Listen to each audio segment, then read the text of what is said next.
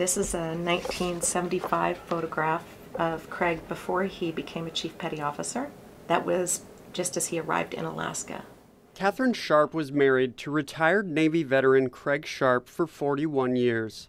That was my birthday last year. He was really healthy then. We were happy. Craig Sharp died on September 30th. Soon after, Kathryn learned the new Navy regulations would not allow her husband to receive a funeral with full military honors. I found out about that policy in my living room when they came to pick up my husband's body after he died. And then the next day I was told again that he would not receive full burial honors. I would get a flag presented, but no pallbearers, no rifle volley.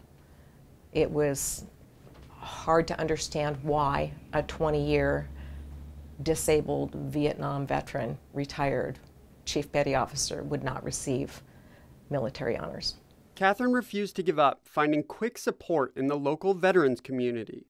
When we heard about it, we were shocked. I mean, absolutely stunned. American Legion Post 35 provided pallbearers, a taps player, Ron Travis, also a Navy vet. Not that anybody that signed the line is still deserving of the same ending, you might say.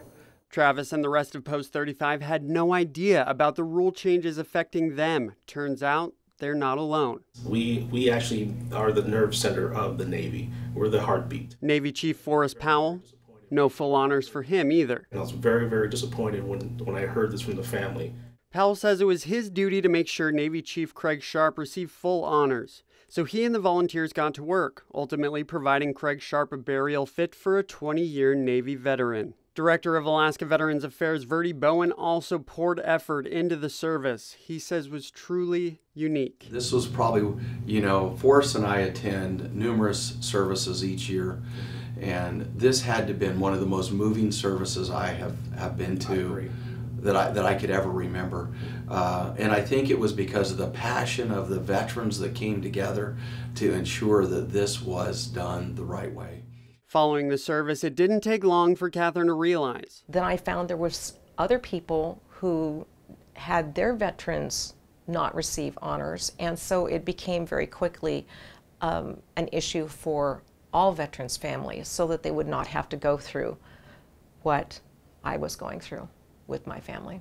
Expressing my deepest condolences about the loss of your husband. Kathryn contacted Senator Dan Sullivan's office and arranged a sit-down. And this is a copy of the Navy form, and you can see it says right here, full military honors include active duty. I mean, I find that remarkable. I'm almost like, tearing up in a meeting with somebody who's going through her own grief and thinking about the next family.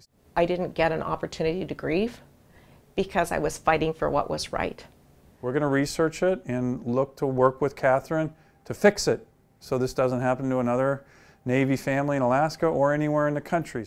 We certainly want to make sure that other people don't have to go through what we just went through, that their veterans are honored, and that our country is able to show appreciation for them without some regulation stopping that.